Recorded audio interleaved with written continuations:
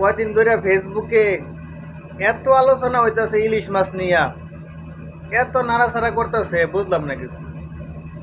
এটা তো স্বপ্নের মাছ, এটা সবাই জানে। আগে সরকারের সময় খাইতে পারছে না, এই সরকারের সময় এই স্বপ্নই থাকলো। আগে সরকার 500 টন দিছে, এই সরকার 3000 টন দিছে। তো সমস্যা নাই, এটা সরকার নিয়ন্ত্রিত মাছ। এই মাছ উৎপাদন করতে 1 টাকা খরচ হয় না, তারপরে এত দাম। ধরবো আর বেচবো, এটাও মানে আয়ত্তের বাইরে, এত সিন্ডিকেট। যাই হোক, এটা যেহেতু দাম, এটা রপ্তানি করে যে টাকা পায়, বা এটা ভালো। রপ্তানি আমাদের দিকেও করেন, আমরা যারা প্রবাসীতে আছি, 2 কোটি প্রবাসী আছি, এইদিকে একটু রপ্তানি করেন।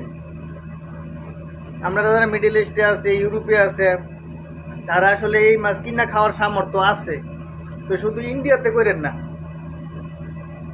মিডল ইস্টের দিকেও করেন। আমরা বাংলাদেশের গন্ধ একটু নেই। আর বাড়িতে তো বলে দিছি, তোরা সিলভার ইলিশ খা। সিলভার কাপ মাছটা আছে না, ওটা দেখতে পুরো ইলিশ মাছের মতো। এটা মনে করেন ওই হেড হয়েছে রূপালী ইলিশ, এটা হচ্ছে সিলভার ইলিশ। তো তাদেরকে বলে দিছি সিলভার ইলিশ খা, আর ইলিশের টেস্ট নে, কারণ তোরা তো কিনা খাইতে পারতি না, দেশ যেই দাম। তো এত হইচই করার দরকার নাই। এটা সরকার নিয়ন্ত্রিত মাছ, সিন্ডিকেট মাছ। তো এটার আশা সবাই ভুলে যায়নি। জাতীয় মাছ পাঙ্গাস হোক, এডি পালা, সবাই খাক ঠিক মতো।